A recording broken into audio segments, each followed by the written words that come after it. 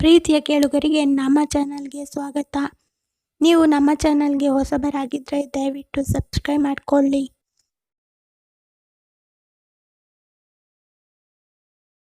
ಈ ಕಥೆಯ ಹಿಂದಿನ ಸಂಚಿಕೆಯನ್ನು ನೋಡಿಲ್ಲ ಅಂದರೆ ದಯವಿಟ್ಟು ನೋಡ್ಕೊಂಡು ಬನ್ನಿ, ಇಲ್ಲ ಅಂದರೆ ಕತೆ ಅರ್ಥ ಆಗಲ್ಲ. ಮರುದಿನ ಹೃದಾಂಶ್ ಮನೆ ಸುತ್ತ CC ಕ್ಯಾಮರಾ ಹಾಕಿಸ್ತಾನೆ.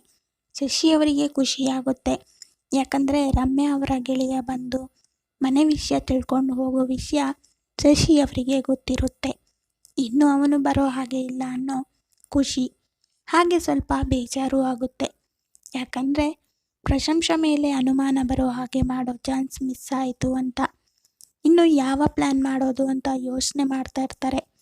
ಆಗ ಸುಮಾ ಅವರು ಬಂದು ಪ್ರಶಂಸಾನ ಕರೀತಾರೆ.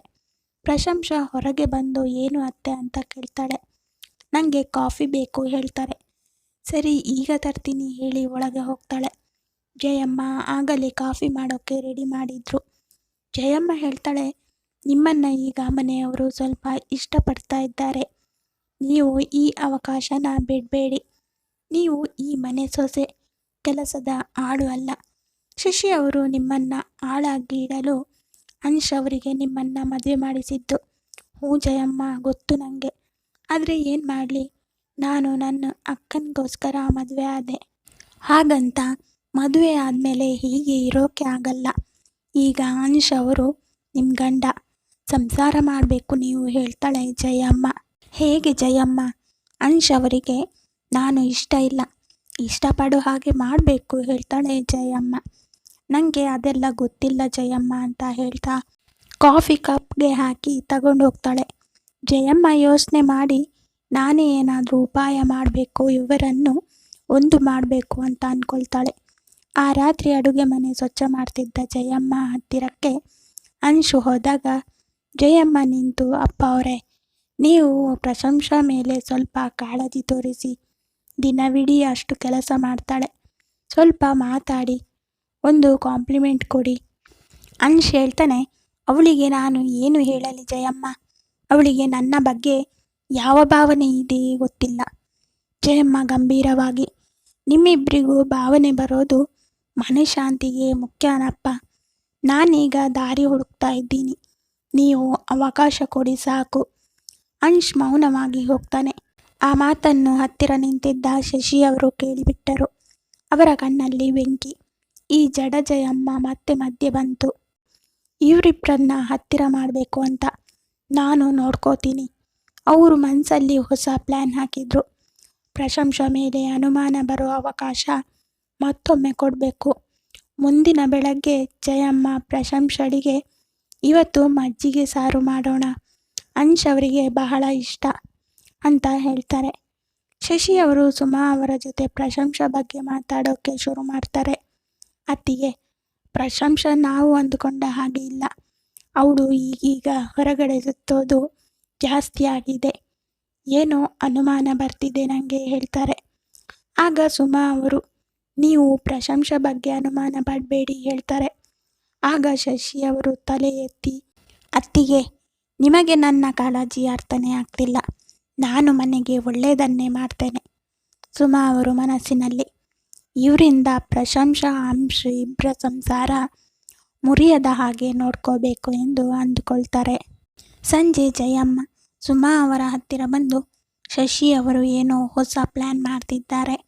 ಪ್ರಶಂಸಳ ಕ್ಯಾರೆಕ್ಟರ್ ಕೆಡಿಸೋ ಮೇಲೆ ಪ್ಲ್ಯಾನ್. ಆದರೆ ನಾವು ಪ್ಲ್ಯಾನ್ ಮಾಡೋಣ.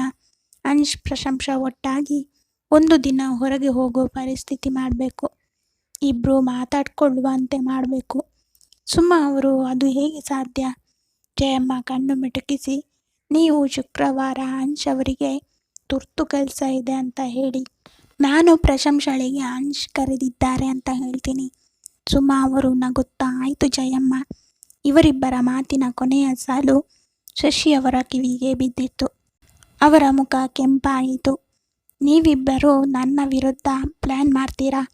ಈಗ ನೋಡ್ರಿ, ಪ್ರಶಂಸಾ ಈ ಮನೆಗೆ ಶಾಂತಿ ತಂದರೆ ನಾನು ಹೇಗೆ ಹಾಳು ಮಾಡ್ತೀನಿ ಅಂತ. ಶುಕ್ರವಾರ ಬೆಳಗ್ಗೆ ಮನೆ ತುಂಬ ಶಾಂತ.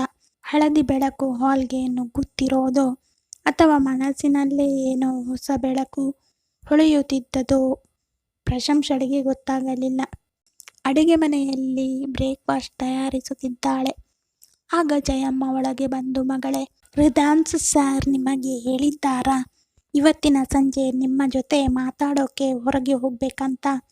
ಪ್ರಶಂಸ ಬೆಚ್ಚಿಬಿದ್ದು, ನನ್ನ ಜೊತೆಯಾ? ಏಕೆ?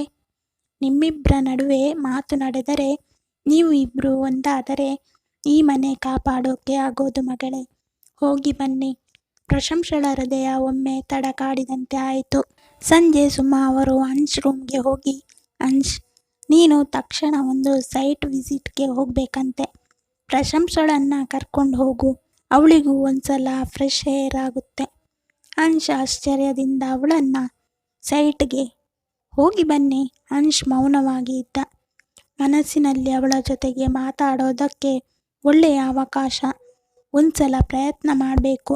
ಸಂಜೆ ಇಬ್ಬರು ಹೊರಡುತ್ತಾರೆ. ರಸ್ತೆಯಲ್ಲಿ ಅಸಹಜ ಮೌನ. ಗಾಡಿಯಲ್ಲಿ ಕುಳಿತಿದ್ದ ಪ್ರಶಂಸ ಕಿಟಕಿಯ ಹೊರಗೆ ನೋಡ್ತಿರ್ತಾಳೆ. ಅಂಶ್ ಸ್ಟೇರಿಂಗ್ ಹಿಡಿದು ಡ್ರೈವಿಂಗ್ ಮಾಡ್ತಾ ಇದ್ದ. 5 ನಿಮಿಷ ಯಾರೂ ಮಾತಾಡಲಿಲ್ಲ. ಕೊನೆಗೆ ಅಂಶ್ ನಿಧಾನಕ್ಕೆ, ಎಸಿ ಕಡಿಮೆ ಮಾಡ್ಲಾ? ಪ್ರಶಂಸ ಸ್ನೇಹದ ನಗು ಮಾಡಿ, ಇಲ್ಲ, ಹೀಗೆ ಫೈನ್ ಇದೆ. ಮತ್ತೆ ಮೌನ. ಅಂಶ್ ಮನಸ್ಸಿನಲ್ಲಿ, ಇವಳ ಜೊತೆ ಏನು ಮಾತಾಡಲಿ? ಗಾಡಿ ಹಳ್ಳದ ತಿರುವಿನಿಂದ ಹೊರಗೆ ಬಂದು ಒಂದು ಶಾಂತವಾದ ಸ್ಪಾಟ್ ಕಡೆ ಹೋಗುತ್ತಿದೆ. ಇದನ್ನೇ ಸುಮಾ ಜಯಮ್ಮ ಸೂಚಿಸಿದ್ದ ಜಾಗ. ನೀರಿನ ಮೇಲೆ ಸೂರ್ಯಾಸ್ತದ ಬೆಳಕು ಹಳದಿ ಗೋಲ್ಡ್ ಬಣ್ಣದಿಂದ ಕಂಗೊಳಿಸುತ್ತಾ ಇತ್ತು. ಅಂಶ್ ಗಾಡಿ ಪಾರ್ಕ್ ಮಾಡಿದ. ಸ್ವಲ್ಪ ಹೊರಗೆ ಬರ್ತೀರಾ? ಪ್ರಶಂಸ ತುಸು ಮುಜುಗರದಿಂದ, ಹಾ. ಅವರು ಇಬ್ಬರು ನದಿಯ ಬಳಿ ನಿಂತರು. ಹಕ್ಕಿಗಳ ಚಿಲಿಪಿಲಿ, ನೀರು ಮಿಡುಕಾಡುವ ಸೌಂಡ್, ಪ್ರಶಂಸಳ ಬ್ಯಾಂಗಲ್ಸ್ ಸದ್ದು. ಅಂಶ್ ನಿಧಾನವಾಗಿ ಪ್ರಶಂಸ ಎಂದು ಕರೆದಾಗ ಅವಳು ತಿರುಗಿ ನೋಡಿದಾಗ ಅವಳ ಕೂದಲಿಗೆ ಗಾಳಿ ಬೀಳೋದು ನೋಡಿ ಅವನು ಕ್ಷಣಕಾಲ ಮೌನಿಯಾದ. ಹೇಳಿ ಎಂದಳು ಪ್ರಶಂಸ ಸೌಮ್ಯವಾಗಿ. ಅಂಶ್ ತುಸು ನರ್ವಸ್ ಆಗಿ, ಒಂದು ಮಾತು ಕೇಳಬೇಕಿತ್ತು. ನೀನು ಮದುವೆ ಆದಮೇಲೆ ಕಂಫರ್ಟೇಬಲ್ ಇದ್ದೀಯಾ? ಪ್ರಶಂಸ ಹೇಳ್ತಾಳೆ, ಸಂಸಾರ ಅಂದಮೇಲೆ 2 ಕಡೆ ಅಡ್ಜಸ್ಟ್ಮೆಂಟ್ ಬೇಕು ಅಂಶ್ ಅವರೇ. ನಾನು ಪ್ರಯತ್ನ ಮಾಡ್ತಾ ಇದ್ದೀನಿ. ಅಂಶ್ ಅವಳ ಮಾತು ಕೇಳಿ ತುಂಬ ಸಾಫ್ಟ್ ಆಗಿ, ನಿಜ ಹೇಳೋದಾ? ನಾನು ಕೂಡ ಪ್ರಯತ್ನ ಮಾಡ್ತಾ ಇದ್ದೀನಿ ಪ್ರಶಂಸ. ನಿನ್ನನ್ನು ಅರ್ಥ ಮಾಡ್ಕೊಳ್ಳೋದು, ನಿನ್ನನ್ನು ಹರ್ಟ್ ಮಾಡಬಾರ್ದು ಅನ್ನೋದು. ಅವಳು ತಡವಾಗಿ ಅವನ ಕಣ್ಣಲ್ಲಿ ನೋಡಿದಳು. ಅದು ಮೊದಲ ಬಾರಿಗೆ. ಹಿಂದೆ ಕೋಪ, ಜಗಳ, ಭಯ ಇದ್ದರೂ ಈ ಕ್ಷಣದಲ್ಲಿ ಬೇರೆ ರೀತಿ ಶಾಂತಿ, ಒಂದು ಸ್ಮಾಲ್ ಕನೆಕ್ಷನ್. ಗಾಳಿ ಜೋರಾಗಿ ಬೀಸಿದಾಗ ಪ್ರಶಂಸಳ ದುಪ್ಪಟ್ಟ ಹಾರಿಕೊಂಡು ನದಿ ಕಡೆ ಹಾರಿತು. ಅಯ್ಯೋ ಎಂದು ಹೇಳಿ ಹಿಡಿಯೋದಕ್ಕೆ ಪ್ರಯತ್ನ ಮಾಡೋಕ್ಕೆ ಮುಂಚಿತವಾಗಿ ಅಂಶ್ ಕೈ ಹಿಡಿದು ನಿಲ್ಲಿಸಿದನು. Wait, I will get it. ಅವನ ಕೈ ಅವಳ ಕೈಗೆ ತಾಕಿದಾಗ ಪ್ರಶಂಸಳ ಹೃದಯ ಲಿಟರ್ಲಿ ಜಂಕ್. ಅಂಶ್ ದುಪ್ಪಟ್ಟ ತೆಗೆದುಕೊಂಡು ಹಿಂತಿರುಗಿದಾಗ ಅವಳ ಕಣ್ಣಲ್ಲಿ ಒಂದು ಸೌಮ್ಯ ಭಾವನೆ. ಅಂಶ್ ನಿಧಾನವಾಗಿ ದುಪ್ಪಟ್ಟ ಅವಳ ಕೈಗೆ ಕೊಟ್ಟ. ಹಸ್ತಗಳು ಮತ್ತೆ ತಗುಲಿತು. ಈ ಸಾರಿ ಇಬ್ಬರು ಕೈ ಹಿಂದಕ್ಕೆ ತೆಗೆದುಕೊಳ್ಳಲಿಲ್ಲ. ಪ್ರಶಂಸ ಕಣ್ಣಿಳಿಸಿ ಥ್ಯಾಂಕ್ಸ್ ಹೇಳಿದಳು. ಅಂಶ್ ಮೃದುವಾಗಿ ವೆಲ್ಕಮ್ ಹೇಳಿದ. ಅವರ ಕಣ್ಣುಗಳು ಮೊದಲ ಬಾರಿ ಅಷ್ಟು ಹತ್ತಿರ ಬಂದವು. ಇಬ್ಬರು ಫೀಲ್ನಲ್ಲಿ ಹೇಳೋಕೆ ಆಗದ ಭಾವನೆಯಲ್ಲಿ ಮೌನವಾಗಿ ಕಣ್ಣಲ್ಲಿ ಕಣ್ಣಿಟ್ಟು ಪ್ರೀತಿಯಲ್ಲಿ ಮುಳುಗಿ ಹೋದರು. ಅಷ್ಟರಲ್ಲಿ ಅಂಶ್ ಫೋನ್ ಅವರನ್ನು ವಾಸ್ತವಕ್ಕೆ ತಂದಿತು. ಇಬ್ಬರು ಕೈ ಬಿಡಿಸಿಕೊಂಡು ದೂರ ಸರಿದು ನಿಂತರು. ಪ್ರಶಂಸ ದುಪ್ಪಟ್ಟ ಸರಿ ಮಾಡಿಕೊಂಡಳು. ಅಂಶ್ ಕಾಲ್ ರಿಸೀವ್ ಮಾಡಿ ಮಾತಾಡುತ್ತಿದ್ದ. ಆಮೇಲೆ ಇಬ್ಬರು ಪ್ರಕೃತಿ ಸೌಂದರ್ಯ ಕಣ್ಣು ತುಂಬಿಕೊಂಡರು. ಮನೆಗೆ ಹಿಂದಿರುಗುತ್ತಿದ್ದಾಗ ಗಾಡಿಯಲ್ಲಿ ಮೌನ ಇರಲಿಲ್ಲ. ಅಂಶ್ ಹೇಳ್ತಾನೆ, ನಾವು ಮೊದಲ ಬಾರಿ ಹೀಗೆ ಮಾತನಾಡಿದಲ್ವಾ, ಚೆನ್ನಾಗಿತ್ತು. ಪ್ರಶಂಸ ಶಾಂತವಾಗಿ, ಹೌದು, ನನಗೂ. ಸಣ್ಣ ನಗು ಇಬ್ಬರ ಬಾಯಲ್ಲೂ. ಮನೆಗೆ ಹಿಂತಿರುಗಿದಾಗ ಶಶಿಯವರು ದೂರದಿಂದ ಇವರ ಮುಖದ ಗ್ಲೋ ನೋಡುತ್ತಾ ಕೋಪದಿಂದ, ಇವರಿಬ್ರು ಹತ್ತಿರವಾಗ್ತಾರಂತೆ, ನಾನು ಬಿಡೋಕೆ ರೆಡಿ ಇಲ್ಲ. ಅತ್ತ ಸುಮಾ ಜಯಮ್ಮ ಅವರು ದೂರದಿಂದ ಇಬ್ಬರನ್ನು ನೋಡಿ ಸಂತೋಷದ ನಗು ಮಾಡಿದರು. ಇದು ಮೊದಲ ಹೆಜ್ಜೆ, ಇನ್ನು ದೊಡ್ಡ ಪ್ಲಾನ್ ಮಾಡಬೇಕು. ಸಂಜೆ ಮನೆಗೆ ಬಂದ ಪ್ರಶಂಸ ಅಂಶ್ ಮುಖದಲ್ಲಿ ಕಂಡ ಬೆಳಕು, ಅವರಿಬ್ಬರು ಇವತ್ತು ಸ್ವಲ್ಪ ಹತ್ತಿರವಾದ ಅನುಭವವನ್ನು ದೂರದಿಂದಲೇ ಗಮನಿಸಿದ ಶಶಿ ಅವರ ಕಣ್ಣು ಇನ್ನೂ ಕೆಂಪಾಗಿ ಬಿಟ್ಟಿತ್ತು. ಇವರಿಬ್ರು ಹೀಗೆ ಹತ್ತಿರ ಆಗೋದು ನನಗೆ ನೋಡೋಕ್ಕಾಗಲ್ಲ. ಈಗ ಒಂದು ದೊಡ್ಡ ಆಟ ಆಡಬೇಕು ಎಂದು ಶಶಿ ಅವರು ಯೋಚಿಸುತ್ತಿದ್ದರು. ರಾತ್ರಿ 10 ಗಂಟೆ. ಅಡಿಗೆ ಮನೆ ಖಾಲಿ. ಪ್ರಶಂಸಾ ಕುಡಿಯೋಕೆ ನೀರು ತುಂಬಿಸ್ತಾ ಇರ್ತಾಳೆ. ಆಗ ಅಂಶ್ ಹಿಂಬದಿಯಿಂದ ಬಂದನು. ಏನು, ಇನ್ನೂ ಕೆಲಸವೇ? ಪ್ರಶಂಸಾ ತೊದಲುತ್ತಾ ಇಲ್ಲ. ಸ್ವಲ್ಪ ಅಂತ ಹೇಳ್ತಾಳೆ. ಅಂಶ್ ಸಮಾಧಾನದಿಂದ, ಇವತ್ತು ಒಳ್ಳೆಯ ದಿನ, ಏನಾದರೂ ಸ್ಪೆಷಲ್ ಅನ್ನಿಸ್ತಾ ನಿನಗೆ? ಪ್ರಶಂಸಾ ಕೆಲಸ ನಿಲ್ಲಿಸಿ ತುಸು ಸೌಮ್ಯವಾಗಿ, ಹೌದು, ನಾವು ಮೊದಲ ಬಾರಿಗೆ ಹೀಗೆ ನಾರ್ಮಲ್ ಆಗಿ ಮಾತಾಡಿದಲ್ವಾ? ಯಾಕೆ, ನಾನು ನಾರ್ಮಲ್ ಅಲ್ವಾ? ಅಂಶ್ ಕೇಳಿದ. ಅವಳು ನಕ್ಕು ಬಿಟ್ಟಳು. ಅದು ಮೊದಲ ಬಾರಿ. ಆ ನಗುವಿನ ಸೌಂಡ್ ಕಿಚನ್ನಲ್ಲೇ ಪ್ರತಿಧ್ವನಿಯಂತಿತ್ತು. ಅಂಶ ನಗು ನೋಡ್ತಾ 2 ಕ್ಷಣ ಮೌನವಾಗಿ ನಿಂತ. ನಿನಗೆ ಇಂಥ ನಗು ಚೆನ್ನಾಗಿ ತೋರುತ್ತದೆ ಎಂದು ಅವಳನ್ನೇ ದಿಟ್ಟಿಸಿ ನೋಡಿದ.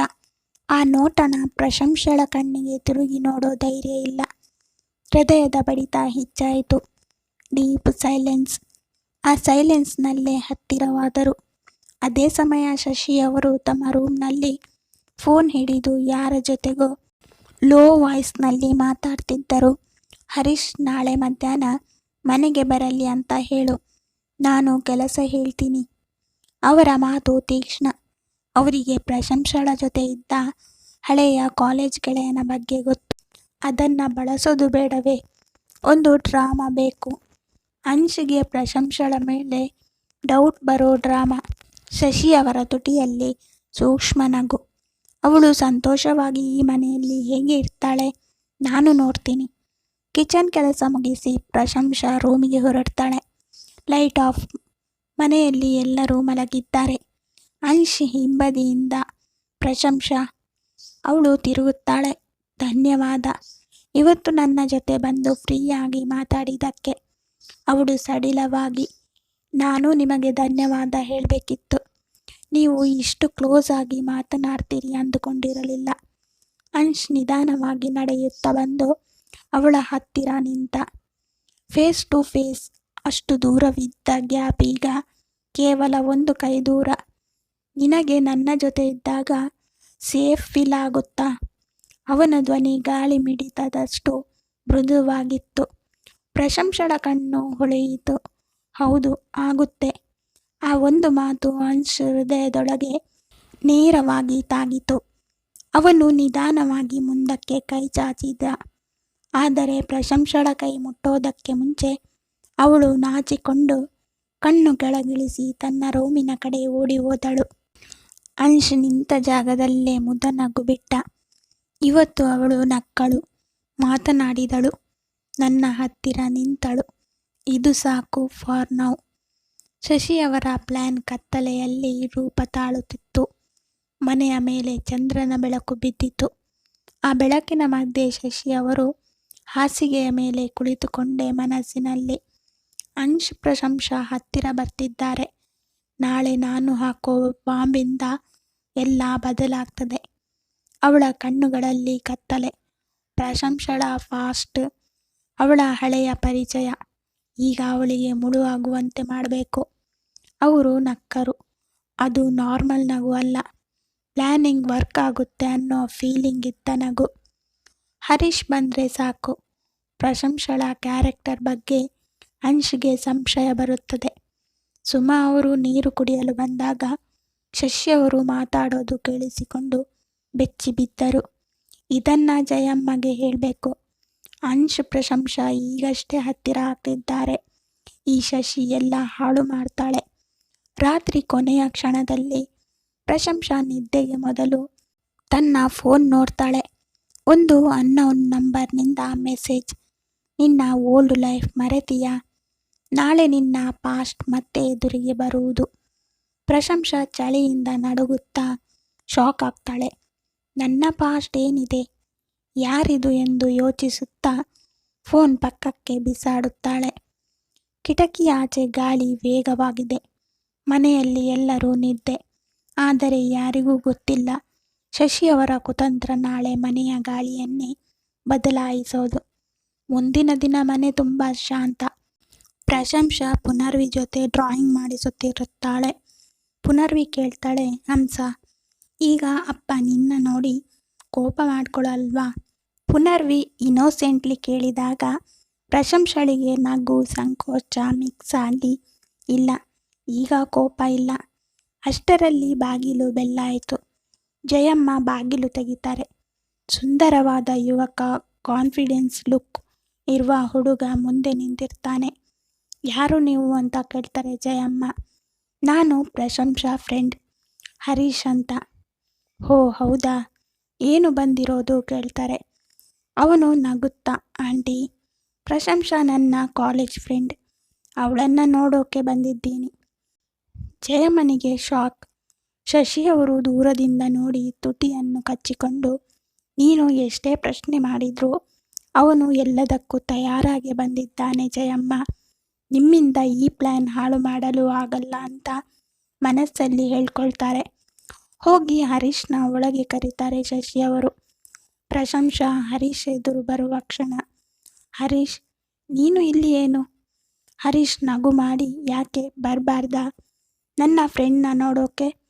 ಮದುವೆ ಆದಮೇಲೆ ಮೀಟ್ ಆಗಬಾರ್ದಾ ಅಂತ ಕೇಳ್ತಾನೆ. ಶಶಿ ಅವರು ನಗುತ್ತಾ, ನೀವು ಇಬ್ಬರು ಅಷ್ಟು ಕ್ಲೋಸ್ ಫ್ರೆಂಡಾ? ನಮಗೆ ಗೊತ್ತೇ ಇರಲಿಲ್ಲ. ಪ್ರಶಂಸಾ ನಿನ್ನ ಬಗ್ಗೆ ಹೇಳಿಲ್ಲ. ಪ್ರಶಂಸಾ ತಡವಾಗಿ, ಹೌದು, ಕಾಲೇಜ್ ಟೈಮಲ್ಲಿ ಫ್ರೆಂಡ್. ಅಷ್ಟರಲ್ಲಿ ಕಾರ್ ಸೌಂಡ್. ಅಂಶ್ ಮನೆಗೆ ಬಂದ. ಒಳಗೆ ಬಂದ ಕೂಡಲೇ ಅವನ ಕಣ್ಣು ನೇರ ಹರೀಶ್ ಮೇಲೆ. ಮತ್ತೆ ಪ್ರಶಂಸಳ ಮುಖದ ಅಸಹಜತೆ ನೋಡಿದನು. ಇವರು ಯಾರು? ಅಂಶ್ ಕೇಳಿದಾಗ ಶಶಿ ಅವರಿಗೆ ಗೋಲ್ಡನ್ ಮೂಮೆಂಟ್ ಸಿಕ್ಕಂತಾಯಿತು. ಪ್ರಶಂಸಳ ಕ್ಲೋಸ್ ಫ್ರೆಂಡ್ ಅಂತೆ, ಭೇಟಿಯಾಗೋಕೆ ಬಂದಿದ್ದಾನೆ. ಕ್ಲೋಸ್ ಪದಕ್ಕೆ ಎಕ್ಸ್ಟ್ರಾ ಸ್ಟ್ರೆಸ್ ಇಟ್ಟರು. ಅಂಶ್ ಮುಖದ ಎಕ್ಸ್ಪ್ರೆಷನ್ ಕ್ಷಣಕಾಲ ಚೇಂಜ್ ಆಯಿತು. ಹರೀಶ್ ಫಾರ್ವರ್ಡ್ ಆಗಿ ನಿಂತು, hi bro, nice to meet you, ನಾನು ಹರೀಶ್. ಅಂಶ್ ಹ್ಯಾಂಡ್ಶೇಕ್ ಜೊತೆ ನಮಸ್ಕಾರ ಮಾಡಿದ. ಆದರೆ ಅವನ ಕಣ್ಣಿನ ಒಳಗೆ ಒಂದು ಶ್ಯಾಡೋ. ಪ್ರಶಂಸಾ ದಿಗ್ಭ್ರಮೆಯಾದಳು. ಜಯಮ್ಮ ಟೆನ್ಷನ್ನಲ್ಲಿದ್ದರು. ಸುಮಾ ಆಶ್ಚರ್ಯದಿಂದ ಸಿಚುವೇಶನ್ ಅಬ್ಸರ್ವ್ ಮಾಡ್ತಾ ಇದ್ರು. ಶಶಿ ಅವರು ಒಳಗೊಳಗೆ ನಗುತ್ತಿದ್ದರು. ಒಂದು ಕ್ಷಣ ಅಂಶ್ ಕಣ್ಣಲ್ಲಿ ಸೆನ್ಸಿಬಿಲಿಟಿ ಮತ್ತು ಚಿಕ್ಕ ಜಲಸಿ. ಹರೀಶ್ ಹೋಗಿ ಕುಳಿತ. ಅಂಶ್ ಎದುರಿಗೆ ಕುಳಿತುಕೊಂಡ. ಕಾಲೇಜ್ನಲ್ಲಿ ತುಂಬ ಕ್ಲೋಸ್ ಇದ್ರ ಎಂದು ಕೇಳಿದ. ಆದರೆ ಪ್ರಶಂಸಳಿಗೆ ಅದು ನೈಫ್ ಥರ ತಟ್ಟಿತು. ಅವಳು ನಿಧಾನಕ್ಕೆ, ಸಾಧಾರಣ ಫ್ರೆಂಡ್ಸ್, ಸ್ಪೆಷಲ್ ಅಲ್ಲ. ಶಶಿಯವರು ಎಗೇನ್ ಕಮೆಂಟ್ ಹಾಕಿದರು. ಕೆಲವೊಮ್ಮೆ ಕ್ಲೋಸ್ ಫ್ರೆಂಡ್ಸ್ ಅಂತ ಹೇಳೋದಿಲ್ಲ, ನಾವು ಕಾಲೇಜ್ ಓದಿದವರು. ಅವಳ ಮಾತು ಪ್ರಶಂಸಳಗೆಲ್ಲ ಕೆಂಪು ಮಾಡಿಬಿಟ್ಟಿತು. ಅಂಶ್ ಇದನ್ನು ನೋಡಿ ಒಂದು ದಿಟ್ಟ ನೋಟ ಶಶಿಯವರ ಕಡೆ ಹಾಯಿಸಿದ. ಅತ್ತೆ, ನೀವು ಬಿಟ್ಟು ಬಿಡಿ. ಯಾಕೆ ಅಂಶ್, ನಾನೇನು ತಪ್ಪು ಹೇಳಿದೆ? ಆಗ ಅಂಶ್ ಹೇಳ್ತಾನೆ, ನಾವು ಯಾರನ್ನೂ ಒಮ್ಮೆಲೆ ಅವರ ಕ್ಯಾರೆಕ್ಟರ್ ಬಗ್ಗೆ ಮಾತಾಡಬಾರದು. ಛೇ, ಇಲ್ಲಪ್ಪ, ಹಾಗೆ ಹೇಳಿಲ್ಲ ನಾನು ಅಂತ ಹೇಳ್ತಾರೆ ಶಶಿಯವರು. ಹರೀಶ್ ಹೊರಡುವ ಮುನ್ನ, ಪ್ರಶಂಸಾ, ನಾಳೆ ಹತ್ತಿರದ ಕೆಫೆಯಲ್ಲಿ ಮಾತಾಡೋಣ, ನಿನಗೆ ಹೇಳಬೇಕಾದದ್ದು ಇದೆ. ಆಗ ಶಶಿಯವರು, ಏನಪ್ಪ ಅಂತ ವಿಷಯ? ನಮ್ಮ ಮುಂದೆ ಮಾತಾಡೋಕೆ ಆಗದೆ ಇರೋ ಅಂಥದ್ದು ಅಂತ ಕೇಳ್ತಾರೆ. ಹರೀಶ್ ಏನೋ ಉತ್ತರ ಕೊಡೋ ಅಷ್ಟರಲ್ಲಿ ಪ್ರಶಂಸಾ ಹೇಳ್ತಾಳೆ, ಹರೀಶ್, ಇಲ್ಲ, ನಾನು ಬರಲ್ಲ. ಅವನು ಸರ್ಪ್ರೈಸ್ ಆಗಿ, ವೈ, ಯು ಓಕೆ? ಅಂಶ್ ಸಿಚುವೇಶನ್ ನೋಡ್ತಿದ್ದ. ಒಂದು ಕಡೆ ಜಲಸಿ, ಇನ್ನೊಂದು ಕಡೆ ಪ್ರೊಟೆಕ್ಟಿವ್ನೆಸ್. ಪ್ರಶಂಸಾ ಅಂಶ್ ಮುಖ ನೋಡಿ ಹರೀಶ್ ಕಡೆ ನೋಡಿ ಹೇಳ್ತಾಳೆ, ಬೇಡ ಹರೀಶ್, ಪ್ಲೀಸ್ ಹೊರಡು ನೀನು.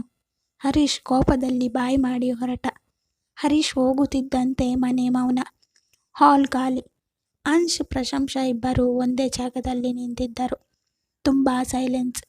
ಪ್ರಶಂಸಾ ಕಣ್ಣೀರ ಕಟ್ಟೆ ಒಡೆಯಿತು. ಅವಳು ನೇರವಾಗಿ ಅಂಶ್ನ ನೋಡಿ, ಅಂಶ್, ನಾನು ನಿಮಗೆ ಹೇಳಬೇಕಿತ್ತು, ಆದರೆ ನಾನು ಹರೀಶ್ ಕ್ಲೋಸ್ ಏನೂ ಇರಲಿಲ್ಲ. ನೀವು ಮಿಸ್ಅಂಡರ್ಸ್ಟ್ಯಾಂಡ್ ಮಾಡ್ಕೊಳ್ಬೇಡಿ. ಅಂಶ್ 2 ಸೆಕೆಂಡ್ ಮೌನವಾಗಿದ್ದು ಮೆಲ್ಲಗೆ, ಪ್ರಶಂಸಾ, ನಿನ್ನ ಕಣ್ಣು ನೋಡಿದರೆ ನನಗೆ ಗೊತ್ತಾಗುತ್ತೆ, ನೀನು ಸುಳ್ಳಾಡೋದಿಲ್ಲ. ಪ್ರಶಂಸಳ ಕಣ್ಣು ತುಂಬಿತು. ನಿನ್ನ ಪಾಸ್ಟ್ ನನಗೆ ಮ್ಯಾಟರ್ ಇಲ್ಲ, ಇಂದಿನ ನೀನು ನನಗೆ ಮ್ಯಾಟರ್. ಈ ಒಂದು ಸೆಂಟೆನ್ಸ್ ಅವಳ ಬ್ಯಾಕ್ ಬೋನ್ಗೆ ಸಪೋರ್ಟ್ ಕೊಟ್ಟ ಹಾಗೆ ಇತ್ತು. ಅವಳು ಕೈ ಮುಗಿದಳು. ಜಲಪಾತದಂತೆ ಕಣ್ಣೀರು ಬಂತು. ಅಂಶ್ ಕೇಳಿದ, ಯಾಕೆ ಅಳ್ತೀಯ? ಅವಳು ಪಿಸುಗುಟ್ಟು, ನನ್ನ ಕ್ಯಾರೆಕ್ಟರ್ ಬಗ್ಗೆ ಯಾರಾದರೂ ಡೌಟ್ ಪಟ್ಟರೆ ನನಗೆ ಸಹಿಸಿಕೊಳ್ಳೋಕೆ ಆಗಲ್ಲ ಅಂಶ್ ಅವರೇ. ಅಂಶ್ ಮುಂದೆ ಬಂದು ಅವಳ ಕೈ ಹಿಡಿದ. ಈ ಸಾರಿ ಅವಳು ಹಿಂಜರಿಯಲಿಲ್ಲ. ಯಾರು ಏನೇ ಹೇಳಲಿ, ಇನ್ನ ಮೇಲೆ ನನಗೆ ಟ್ರಸ್ಟ್ ಇದೆ, ಅದು ಸಾಕು. ಪ್ರಶಂಸಳ ಹೃದಯದಲ್ಲಿ ಸಣ್ಣಗೆ ಕಂಪನ. ಶಶಿಯವರು ದೂರದಿಂದ ನೋಡಿ ಶಾಕ್. ನನ್ನ ಪ್ಲ್ಯಾನ್ ರಿವರ್ಸ್ ಆಯಿತು. ಇವರಿಬ್ಬರು ಹತ್ತಿರ ಬಂದರು. ಇಲ್ಲ, ಇನ್ನೂ ದೊಡ್ಡ ಪ್ಲ್ಯಾನ್ ಬೇಕು. ಅವರ ಕಣ್ಣು ಮತ್ತೆ ಕೆಂಪಾಯಿತು. ರಾತ್ರಿ ಮಲಗೋ ಸಮಯ. ಪ್ರಶಂಸಾ ವಾರ್ಡ್ರೋಬ್ ಮುಂದೆ ಇದ್ದಾಗ ಅಂಶ್ ಬಂದನು. ಪ್ರಶಂಸಾ, ಒಂದು ಮಾತು. ಅವಳು ತಿರುಗಿ ನೋಡಿದಳು. ಇವತ್ತು ನಿನ್ನ ಕಣ್ಣೀರು ನೋಡಿದ ಮೇಲೆ ನಿನ್ನನ್ನು ಜೊತೆಗೆ ಕಾಪಾಡಬೇಕು ಅನಿಸ್ತು. ಅವಳು ಮೃದುವಾಗಿ, ನಿಮಗೆ ಕೋಪ ಬರಲಿಲ್ವಾ ಹರೀಶ್ ಬಂದಿದ್ದಕ್ಕೆ? ಅಂಶ್ ಮುಗುಳ್ನಗುತ್ತ, ಜಲಸಿ ಸ್ವಲ್ಪ ಬಂತು. ಅವಳು ನಗ್ತಾಳೆ. ಅಂಶ್ ಮುಂದುವರೆದು, ನೀನು ನಿನ್ನ ಪೊಸಿಷನ್ ಸ್ಪಷ್ಟ ಹೇಳಿದೆ, ಅದು ಇಷ್ಟ ಆಯಿತು. ಕಿಟಕಿಯಿಂದ ಚಂದ್ರನ ಬೆಳಕು ರೂಮ್ ಒಳಗೆ ಬರುತ್ತಿತ್ತು. ಅವನು ಒಂದು ಹೆಜ್ಜೆ ಮುಂದೆ ಬಂದನು. ಪ್ರಶಂಸಳಿಗೆ ಗಾಬರಿಯಿಂದ ಉಸಿರೇ ನಿಂತಿತು. ಅಂಶ್ ಹತ್ತಿರ ಬಂದು ಮೊದಲ ಬಾರಿಗೆ ಅವಳ ಕಿವಿಯ ಬಳಿ ನಿಧಾನವಾಗಿ ಗುಡ್ ನೈಟ್ ಪ್ರಶಂಸಾ. ಪ್ರಶಂಸಳ ಕಿವಿ ಲಿಟರ್ಲಿ ಕೆಂಪಾದಂತಾಯಿತು.